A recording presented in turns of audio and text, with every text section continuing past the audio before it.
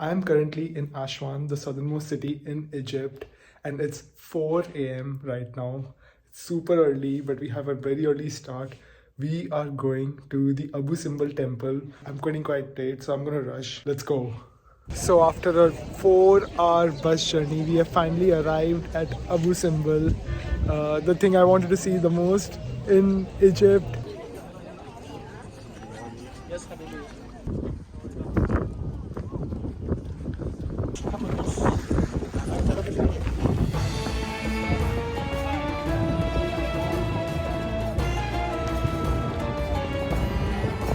So here I am in front of the great Abu Simbel temple.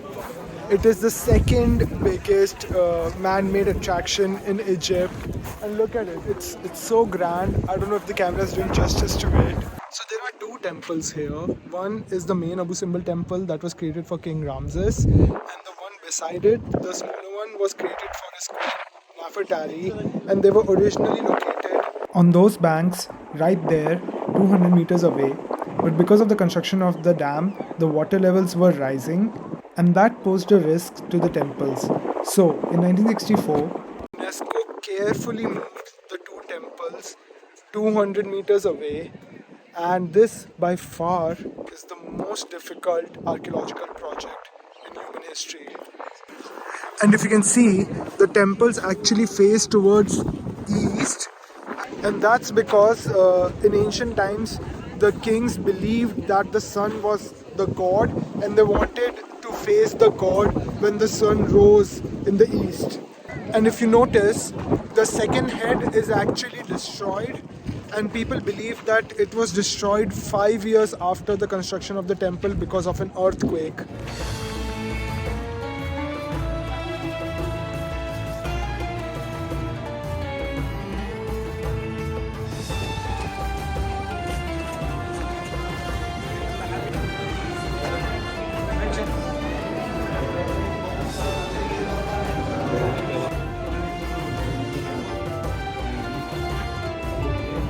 This temple was carved out of a cliff in the 13th century BC. So this temple is actually more than 3,300 years old, and even now the carvings are in such good condition. Look at it, so well preserved. It blows my mind that UNESCO was able to move the temples while completely preserving them. Absolutely magnificent.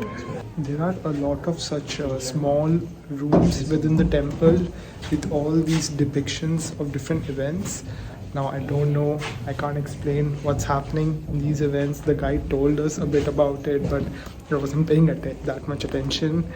Although I did listen to the part where he told that this is King Ramses, and he was quite aggressive, and that's him killing his opponent in a war. Another fascinating fact about this temple is its solar alignment.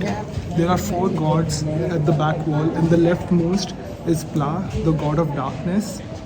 And they built it in such a way that the rays of the sun illuminate the 3 other statues except the god of darkness.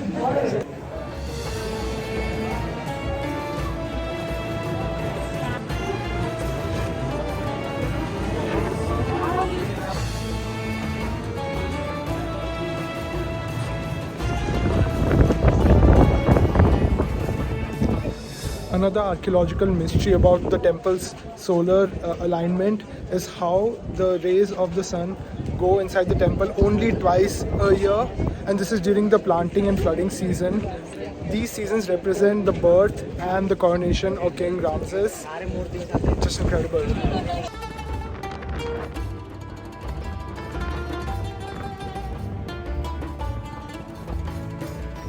And now I'm in front of the other temple, the temple that was created for Queen Nefertari. As you can see, there are 6 statues in front of this temple, and King Ramses was quite selfish. So out of the 6 statues, only 2 of them are dedicated to his wife. The second and the 5th one and the other 4 are actually of King Ramses himself. I mean, how selfish is that? There's King Ramses, and then there was Shah Jahan, who built Taj Mahal for his wife Mumtaz Mahal.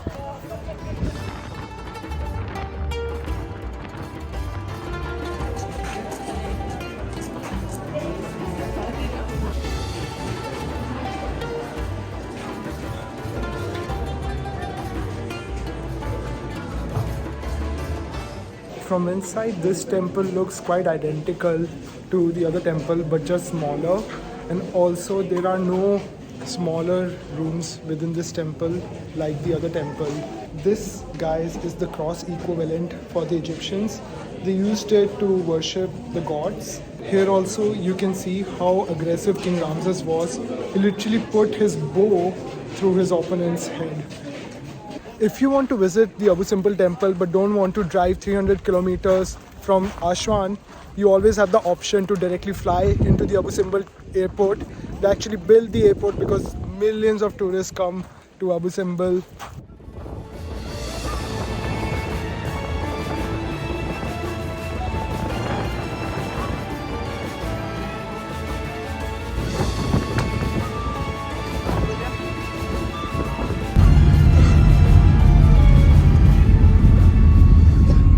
So I got this juice, and look how cute it is. I'm a herbivore, which means I only eat plants. By the way, guys, that's not water, that's a mirage. It's my first time seeing a mirage. After the 4-hour long bus journey back to Aswan, we went to see the Philae temple. Situated on an island, the approach to the temple is just stunning.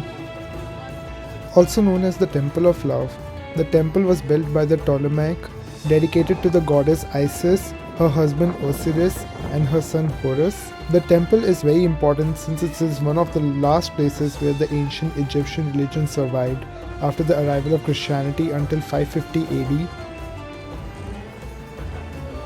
The island of Philae was submerged after the construction of the Lower Aswan Dam. Then area sank during the construction of the High Dam, so it was moved to another higher island in 1960 by UNESCO.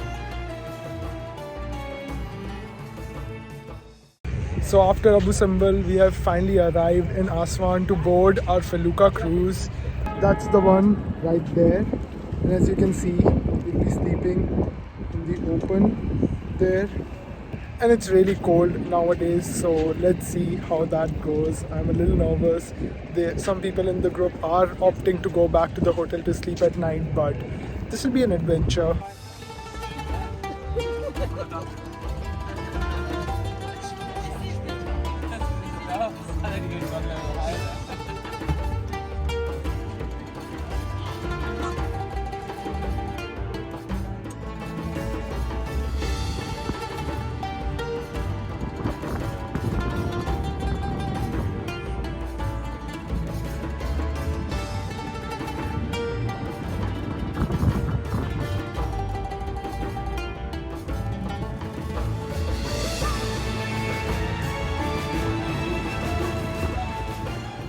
So I've come to the upper deck because I wanted to see the sunset clearly from above. Actually looks quite beautiful and very peaceful, as you can see. It's actually getting quite cold now, and I don't know how I'm gonna survive the night sleeping in Felucca, but I'll worry about that later.